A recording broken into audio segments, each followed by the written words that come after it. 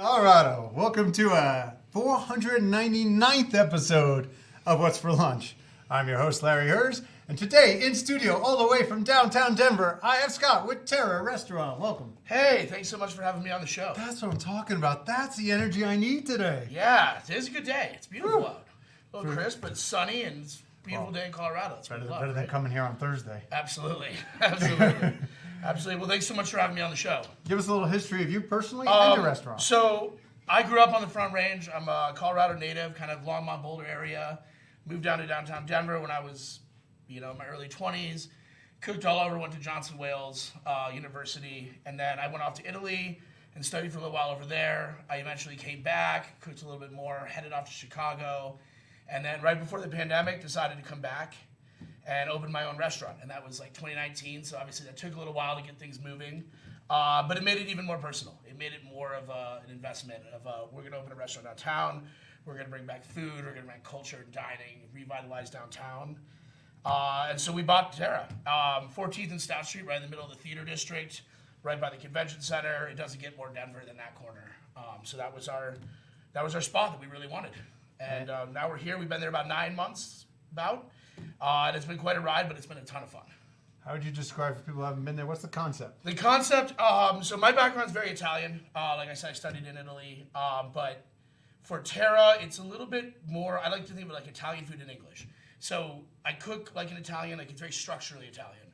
We make handmade pastas, and we roast meats and braise meats. It's very like Italian food.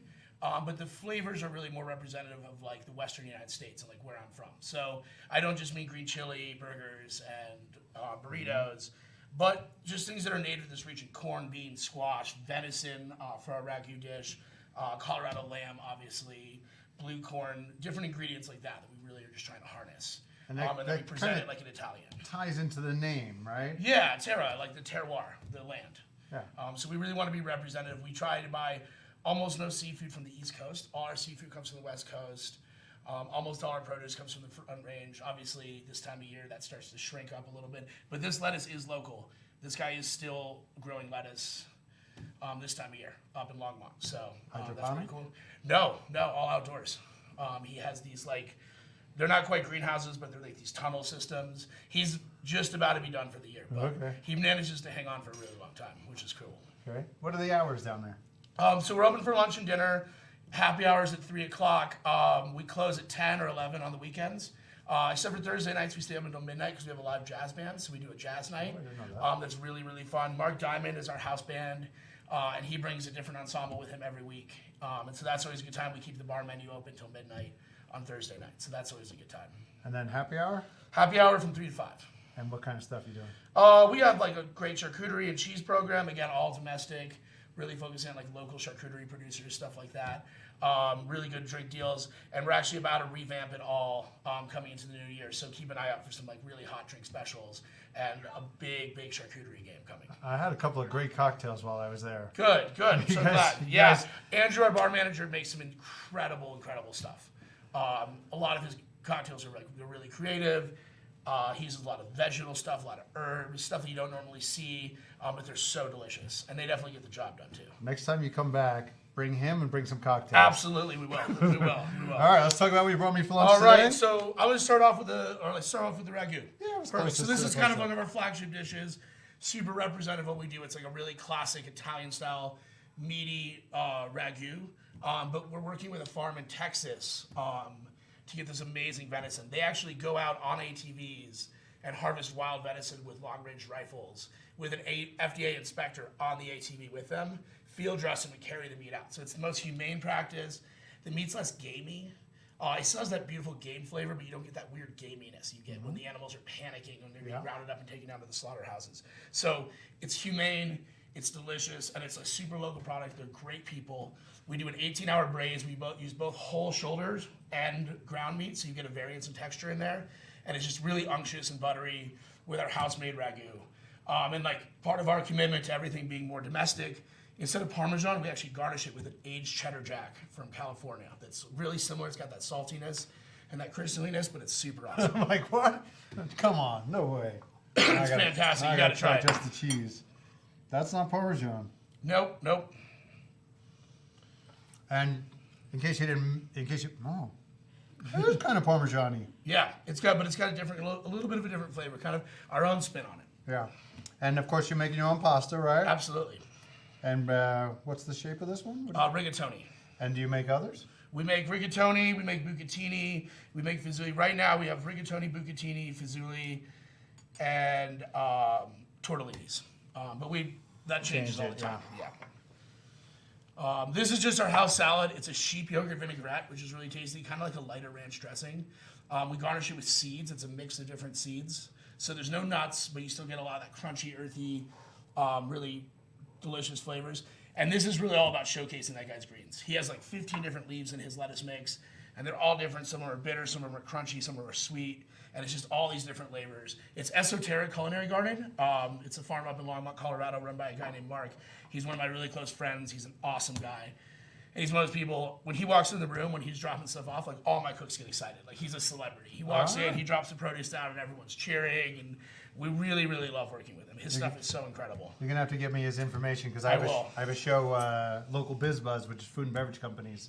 See if I can get him on that. Absolutely. Gorgeous. I don't know what it is, but it's gorgeous. Is it mole?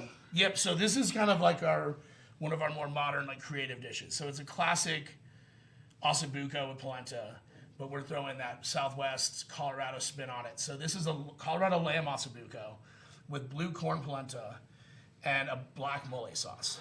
It gets a little pickled onion, a little slaw, a little cotija cheese. And the blue corn comes from Bow and Arrow Farms down on the Ute Reservation. Really, really cool people. 100% native owned, native operated. They grow all the corn on the reservation. They mill it on the reservation. They process it. They package it, and they sell it all themselves. It's a really, really cool company. We're loving working with them, and it has a really like nice sweetness you don't see in like a regular polenta. Do you still have? I don't know. It was probably 6 months ago that I visited you guys. It was I think a lamb sandwich. We do still have that on the That's on the lunch program. menu? Yeah, it's fantastic. That was freaking delicious. Yeah, it's so good. Barbacoa, and we make an orange mojo sauce that's really fantastic. Yeah, that was a winner. Do you guys do brunch? We do, Saturdays and Sundays. The brunch program is awesome. We have, speaking of the blue corn, we do a blue corn waffle and some blue corn crepes. They're gluten-free, they're sweet, they're delicious. The flavors change, and the garnishes change seasonally. Right now we have a pumpkin one on that's really, really good. So yeah, brunch is really, really awesome. Hours for brunch? Ours is 10 to 3, Saturday and Sunday. What are you doing drink-wise? Is there any bottomless? Bottomless mimosas, bottomless You bloodies. have to and do we do a a great bottomless. accoutrement board that you can add to your Bloody Mary. So if you get the bottomless bloodies, you can get, it's like almost like a whole charcuterie board. So you get a of, Bloody Mary Bloody bar? Mary garnish. Yeah, it's like a An Bloody Mary individual bar Bloody at your Mary table. bar? Yeah, at your table basically. It's like your own personalized. The Bloody Mary bars after COVID, everyone was a little bit standoffish, so we brought it to your table. Terrific. Yeah. Do you take reservations? Absolutely. Through Open Table, or give us a call. Or you can book straight through our website as well. And what's your website? Terra-denver.com. This is how you do it.